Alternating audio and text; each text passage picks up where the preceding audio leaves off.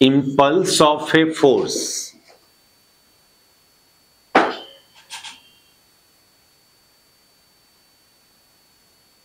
ये impulse word physical quantity तब define करते हैं हम लोग जब कोई strong force very small time interval के लिए एक्ट करता हो, such as phenomena of collision. Collision जब होता है दो बॉडी के बीच, कोलिजन मतलब क्या, दोनों बॉडी काफी कम समय के लिए इंटरएक्ट करता है। इंटरएक्ट करना मतलब एक दूसरे पर फोर्स लगाना काफी कम देर के लिए, तो उसको कोलिजन का फेनोमेना। अब चाहे ये फोर्स एट ए डिस्टेंस ही लग रहा हो या कांटेक्ट में आके लग रहा हो, फोर्स लगाने के लिए जरूरी है कांटेक्ट में आएगा बॉडी, कोई जरूरी नहीं है। कुछ दूरी पर रहेगा फिर भी फोर्स लगाता है ना, फील्ड के थ्रू, इलेक्ट्रिक फील्ड के थ्रू या मैग्नेटिक फील्ड के थ्रू। तो हम लोग बोलते हैं व्हेन टू ऑब्जेक्ट, ऐसे देखो, when two object interact मतलब क्या, exert force on each other, exert force on each other for very small interval of time.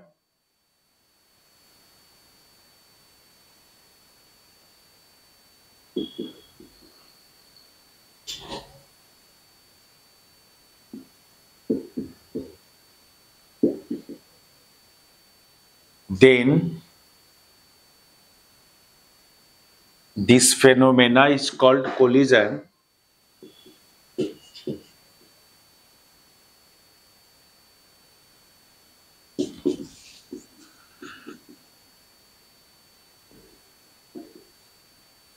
और वो जो स्मॉल टाइम इंटरवल है उसको टाइम ऑफ कोलिजन, और वो इस समय एक स्ट्रॉन्ग फोर्स एक्ट करता है फॉर वेरी स्मॉल टाइम। ये interaction exert strong force on each other. क्या यहां वहीं पर आप एक बात कर दो, strong force on each other.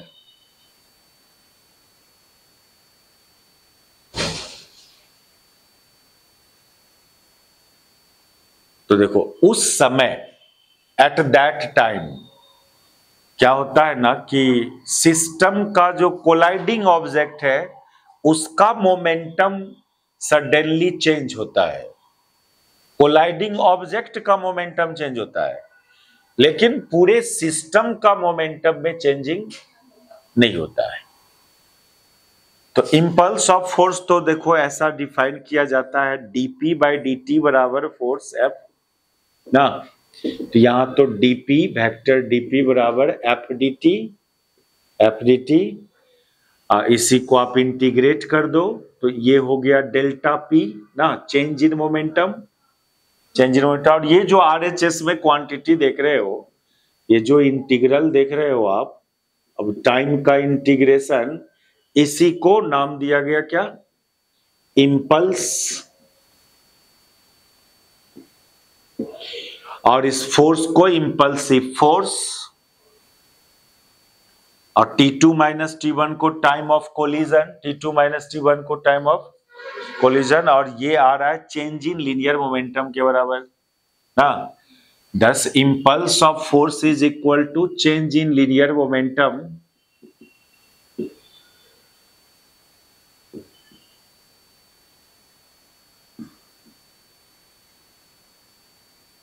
is equal to change in linear momentum.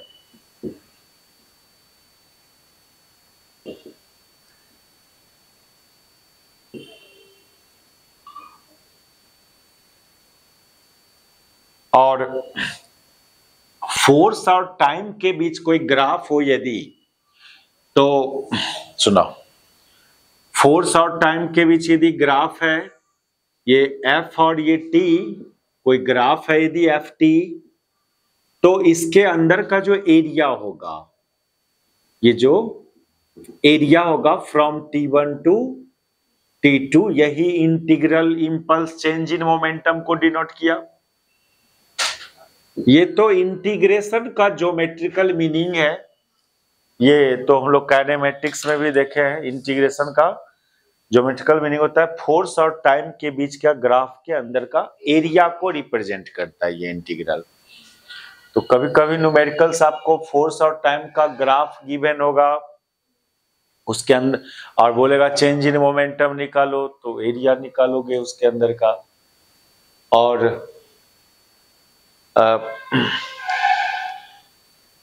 कभी फोर्स और टाइम के बीच का फंक्शन गिवन होगा और बोलेगा चेंज इन मोमेंटम निकालिए फ्रॉम t1 टू t2, तो फोर्स और को टाइम के रिस्पेक्ट में इन t। तो चेंज इन मोमेंटम दो तरह से पूछेगा, एक तो फोर्स और टाइम के बीच का ग्राफ दे दे, क्या टाइम के बीच का ग्राफ, तो ग्राफ के अंदर का एरिया जिस टाइम में के लिए बोलेगा चेंज इन मोमेंटम निकालने, उस टाइम तक के अंदर का क्या निकाल देना है, एरिया। और ऐसा हो सकता है कि फोर्स और टाइम का ग्राफ नहीं देके फंक्शन दे दे, ऐसा लिख देना कि F is equal to 2t² + 3, ऐसा दे दिया गया हो, तो फिर इसमें पुट करके इंटीग्रेट करके चेंज इन मोमेंटम निकालना। नहीं, फंक्शन दो तरह से देता है ना, या तो फंक्शनल फॉर्म में देगा या ज्योमेट्रिकल शेप में देगा फंक्शन को, तो ये सब होगा। और मोमेंट इसका तो ठीक है। एक फिर बोल रहे हो कंजर्वेशन ऑफ मोमेंटम पर भी इसी में है वो कंसेप्ट को देखो। फिर आते हैं न्यूमेरिकल में, अब और कोई नया बात होगा तो वहां करेंगे, लेकिन मिनिमम जो सुनो मिटावे इसको।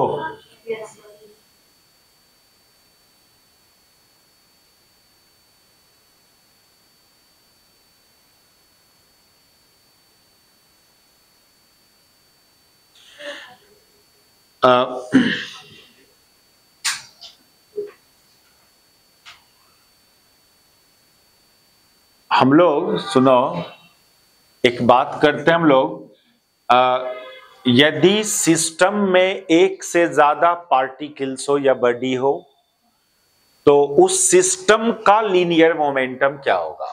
अभी तक तो एक बॉडी और एक पार्टिकल का लीनियर मोमेंटम की बात करते थे हम लोग, तो वो तो mass into velocity, linear momentum of a single body.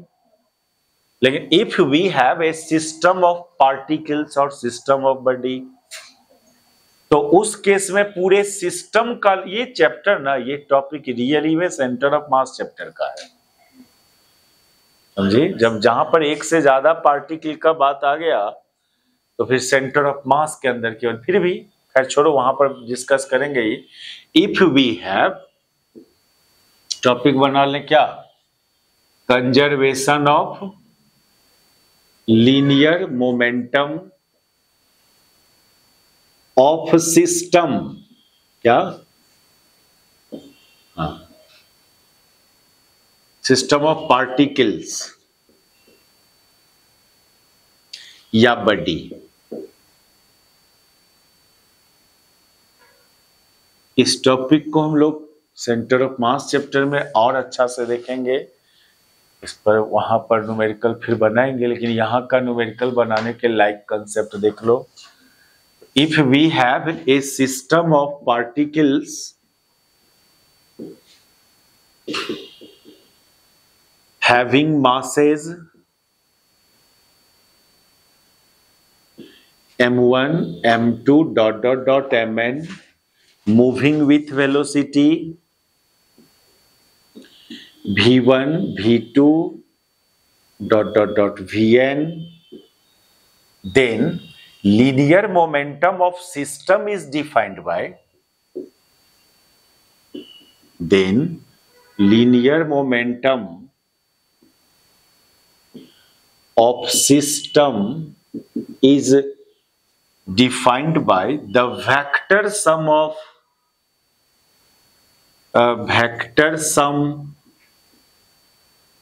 of linear momentum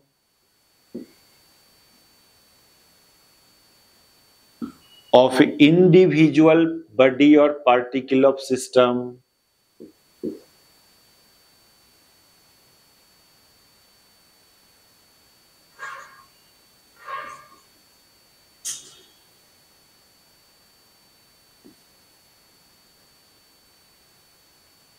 that is P system is equal to P1 plus P2 vector format plus Pn।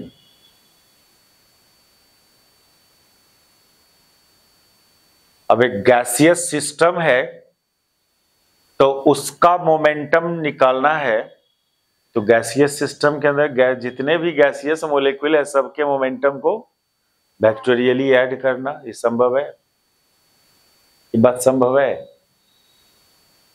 Gaseous system का मोमेंटम पूछे आपसे तो जो कंसेप्ट दिया जा रहा है कि उस सिस्टम के अंदर के हर पार्टिकल का मोमेंटम का वेक्टर सम करना, ये तो संभव नहीं है ना।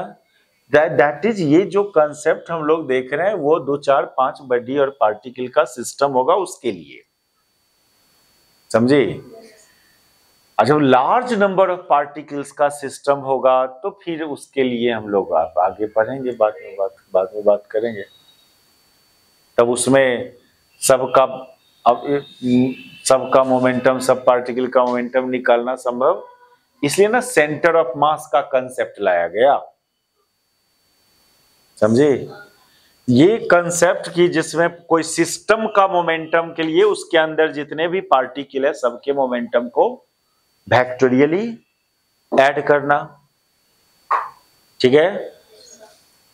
अच्छा, अब है कंजर्वेशन ऑफ लीनियर मोमेंटम कहां से आता है वो सुनो। तो ऐसा है कि जब आपके पास हम लोग लॉज ऑफ मोशन देखा किसके लिए, एक पार्टिकल था acted upon by several forces. हम लोग न्यूटन सेकेंड लॉ देखा, जब एक पार्टिकल या एक बॉडी एक्टेड अपॉन बाय, एक बार में तो एक बॉडी का देखते थे ना, बताओ। भले ये सिस्टम में 2 4 5 बॉडी होता था लेकिन एक बार में एक ही बॉडी का देखती थी। लेकिन यदि ऐसा होता है कि पार्टिकल भी ज्यादा हो, फोर्सेज भी ज्यादा हो, मान लो पार्टिकल 1 पार्टिकल, तो इसके लिए मान लो फोर्सेज ज्यादा में क्या है, इस पर बाहर से एक फोर्स लग रहा है F1, इस पर बाहर से एक फोर्स लग रहा है F2, ये दोनों अपने आप पर भी लगा रहा है F12 एंड F21, ये तो ग्रेविटेशनल फोर्स है, इतना तो समझ सकती है ना। तो देखो, here we have a system of 2 particle, F1 and F2 are the external force for the system। ये बाहर से कोई लगा रहा है 1 पर एंड 2 पर, जो ऑब्जर्वर पार्टिकल ये सिस्टम के अंदर, नहीं कोई तीसरा पार्टिकल लगा रहा है, तो तीसरा पार्टिकल सिस्टम में नहीं ना है आपका, तो इसको एक्सटर्नल फोर्स बोलोगे। और सिस्टम का भी पार्टिकल एक दूसरे पर लगा रहा है, तो इस केस में जो लॉज ऑफ मोशन अप्लाई होता है उस केस में डीप, देखो अभी तक एक पार्टिकल पर लगाते थे आप लॉज ऑफ मोशन, अब सिस्टम ऑफ पार्टिकल पर लगाना है तो लीनियर मोमेंटम भी किसका लोगे, सिस्टम का, एक पार्टिकल का नहीं, किसका, सिस्टम का लीनियर मोमेंटम का रेट ऑफ चेंज की बात करोगे। तो इस केस में ओनली बाहरी फोर्स को ऐड करना, रिजल्टेंट एक्सटर्नल फोर्स। जब एक से ज्यादा पार्टिकल का सिस्टम है, क्या कौन बोलो, क्लास ले रहे हैं सर। एक से ज्यादा पार्टिकल का सिस्टम होगा तो फिर क्या क्या प्रॉब्लम होगा आपके साथ, फोर्सेज भी बहुत ज्यादा होगा, कुछ फोर्सेज बाहरी होगा, कुछ फोर्सेज इंटरनल होगा, सिस्टम के अंदर का पार्टिकल सब लगा रहा होगा। तो इस केस में rate of change of linear momentum बराबर जो फोर्स करते हो, इसमें लीनियर मोमेंटम किसका, पूरे सिस्टम का, फोर्स कौन, एक्सटर्नल। अब ये चीज का प्रूफ सेंटर ऑफ मास में दिखाएंगे, कैंसिल हो जाता है ये, हाँ कैंसिल आउट हो जाता है ये। तब ना देखती रही, सिलेंडर में गैसियस मॉलिक्यूल है, वो सब तो अपने आप पर फोर्स लगा रहा है, फिर भी मोमेंटम क्यों नहीं है उसमें सिलेंडर में, क्योंकि बाहर से कोई फोर्स नहीं लग रहा है, अंदर का इंटरनल फोर्स तो एग्जिस्ट कर रहा है, तो उसके चलते तो सिस्टम में ना मोमेंटम आ गया। सिस्टम में मोमेंटम कौन प्रोड्यूस करेगा? External force. तो ये चीज का प्रूफ हम बताएंगे, ये second law for system of particle से, ये law collision centre of mass chapter पढ़ेंगे, वहां पर बताएंगे।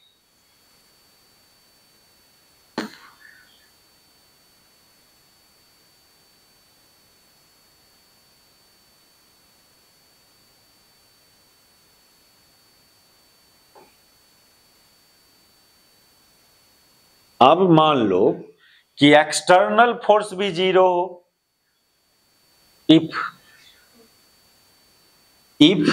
f resultant external zero, then dp system by dt zero, now that is क्या? p system constant, that is pi बराबर pf, and it is called conservation of linear momentum।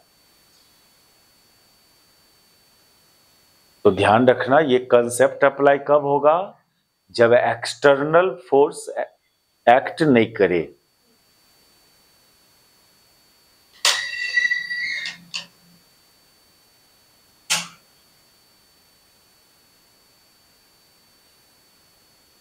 तो खाली conservation of momentum apply करो, ये नहीं, कब apply करना है नहीं करना है भी ध्यान रखो। एक्सटर्नल फोर्स लगे, और भी बात है इसके अंदर।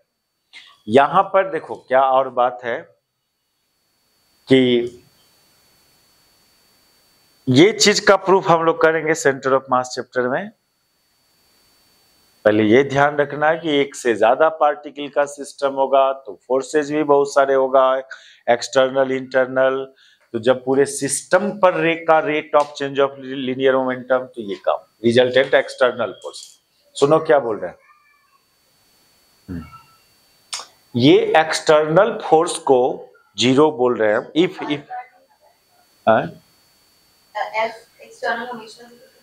नहीं, हाँ नहीं, ऐसा होता है कि पूरा का पूरा वेक्टर फॉर्म में जीरो नहीं हो, उसका कोई कंपोनेंट जीरो हो। क्या? मान लो एक्सटर्नल फोर्स का एक्स कंपोनेंट जीरो है, तो एक्स से डायरेक्शन में मोमेंटम कंजर्वेशन होगा। क्या समझे? हाँ, यदि तीनों कंपोनेंट रिजल्टेंट फोर्स का जीरो है तो तीनों डायरेक्शन में मोमेंटम कंजर्वेशन होगा। ठीक, पूरा का पूरा वेक्टर फॉर्म में जीरो होना मतलब इस फोर्स का तीनों component zero, F x, F y and F z. तो पी आई एक्स बराबर पी एफ एक्स भी होगा, पी आई वाई बराबर पी एफ वाई भी होगा। मतलब मेरा ये कहना है कि it may be possible that कि एफ एक्सटर्नल जीरो नहीं है, but its any component of its will be zero. It may be possible that कि एफ रिजल्टेंट एक्सटर्नल जीरो नहीं है, but it's x component is zero, that is F x zero. तो सुनो क्या Booker करेंगे, तब लीनियर मोमेंटम वेक्टर फॉर्म में constant नहीं होगा, तब लीनियर मोमेंटम का ओनली एक्स कंपोनेंट ही कांस्टेंट रहेगा, that is P i x बराबर पी एफ एक्स। ये सब नौबत आता है। पहली बात की करेंगे न्यूमेरिकल ना, देखना ना, इसको खाली ये ध्यान रखना। देखो क्या प्रॉब्लम है,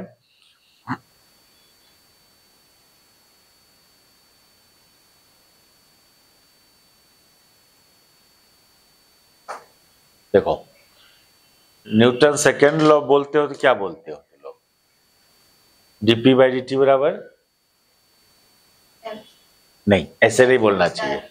dp बाई dt बराबर resultant force, rate of change of linear momentum बराबर, लेकिन इसमें बहुत आधा अधूरा बात अभी भी बोला गया कि rate of change of linear momentum, अब यहां से दो रास्ता है, ऑन ए पार्टिकल कि on A system of particle. ये सब बात नहीं बोलते हो, समझिए। तो ऑन ए पार्टिकल बोलो तो रिजल्टेंट फोर्स ओनली बोलना, on A system of particles बोलोगे तो रिजल्टेंट एक्सटर्नल फोर्स बोलना। क्या पहली बात, पहले क्या गलती करते थे सो बताइए। कोई सेकेंड लॉ पूछता है, एक तो पूछने वाला हरामी, उसको ये बोलना चाहिए कि second law on A particle define करो, कि second law on A system of particle define करो। खैर वो नहीं क्लियर किया, खाली बोला सेकेंड लॉ डिफाइन करो। तब तुम्हारा काम है कि दोनों के लिए डिफाइन करके दोगे, एक पार्टिकल के लिए भी और ए सिस्टम ऑफ पार्टिकल्स के लिए।